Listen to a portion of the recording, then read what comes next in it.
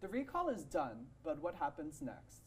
Plus, check out the Lemon Pepper Club is doing right now on campus, and see what's in the paper this week. Stay tuned because the Maroon Minute starts right now.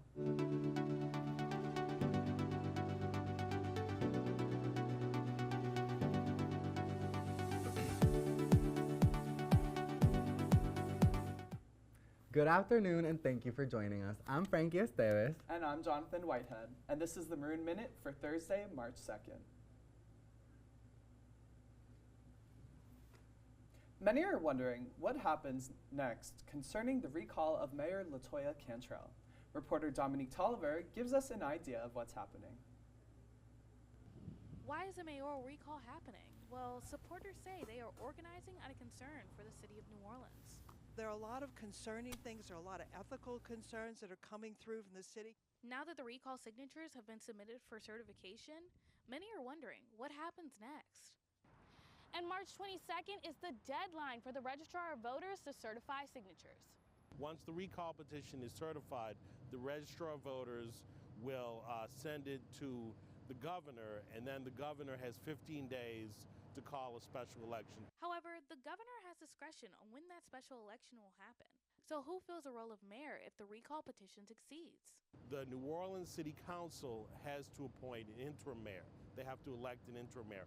However, the New Orleans City Council can only choose from the two at-large city councilmen. Between the two council members at large, Helena Moreno and J.P. Morrell, political analysts believe Helena Moreno wants to run for the full term of mayor once the office is open again. So the theory is she would allow J.P. Morrell to temporarily hold the interim mayorship, because he said while he's willing to do that, he does not intend to run for mayor. This is the first time that we've seen a potentially successful recall in a major urban center in Louisiana. Once a recall is successful, generally it's going to embolden the voters, and they're probably going to try it again in the future.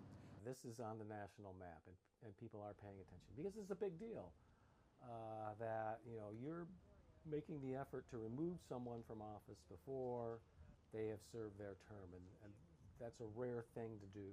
What you're seeing now is a large group of people that are banding together no matter where we are, no matter what color we are, all saying we all want the same things. Reporting from City Hall, this has been Dominique Tolliver. Thanks, Dominique. The recall organizers and elections officials have reached on an agreement on the number of signatures that need to be verified. Today, Lemon Pepper is hosting a yellow party in the Dana Center. It's happening right now. Eve McFarland is there. Let's take a look, you guys. Hi, I'm here with Robert Morrison. And Robert, tell me about this event you have here today. Yeah, this is the LP Yellow Party hosted by LP and Faith Hogg as the president. We wear our yellow once a year for this party. It's happened for 3 years now. It's a great event for black students on campus to congregate and have a good time during the school day. And so tell me, how did you become a part of this organization, and how can other people become a part of this as well? Yeah, so I joined my sophomore year. It's an application process. You can probably see it in a couple weeks on the LP Loino Instagram page. It's a process with interviews and stuff like that, but it's very short, very quick and easy.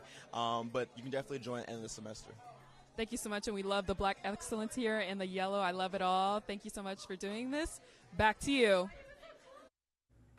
Thanks, Eve. The event ends at 2, so make sure to stop by. Today is Red Cross America Day. March 2nd is Dr. Seuss's birthday, and because of the impact his books had on children, it was decided that March 2nd is a day to get people excited about reading. But you don't have to only read today. The whole month of March is the month of reading.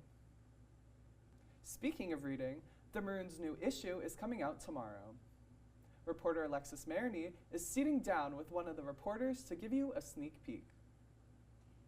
That's right. Thank you so much for joining us on the Maroon Minute. This is the segment where we sit down and talk with someone from the paper to figure out what is in this week's edition.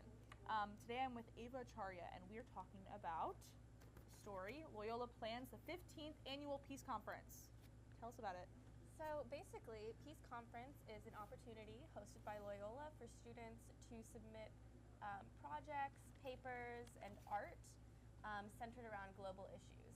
And after they submit these works, they essentially talk about it in a panel in front of judges, and they get feedback, and there are 3 winners That sounds awesome. So make sure to check out this edition of the Maroon on stands and on our website. Yeah, check it out.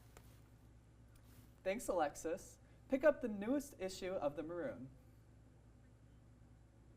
For Women's History Month, we're highlighting women who made an impact on their community. Today's historical figure is New Orleans native Dorothy Mae Taylor.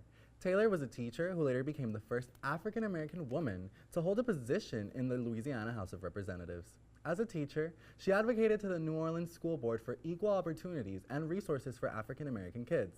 As a political figure, her goal was to provide more resources and accessibility to African Americans during the 1950s and 60s for civil rights. That's the news for now. Thank you for watching. Be sure to download the Maroon app to stay up to date with all Loyola news. Have a great day, you guys.